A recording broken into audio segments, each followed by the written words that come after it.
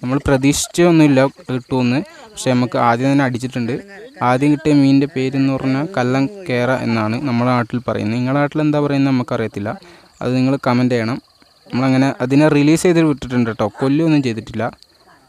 പിന്നെ നമ്മൾ ഇട്ട് നോക്കി, കിട്ടിയില്ല. പക്ഷേ നമുക്ക് പിന്നീട് ഇട്ടപ്പോൾ കുറച്ച് വലിയ മീനിനെ കിട്ടി. നേരത്തെ ചെറുതാണെങ്കിൽ ഇപ്പോൾ കുറച്ച് വലുതാണ് കിട്ടി.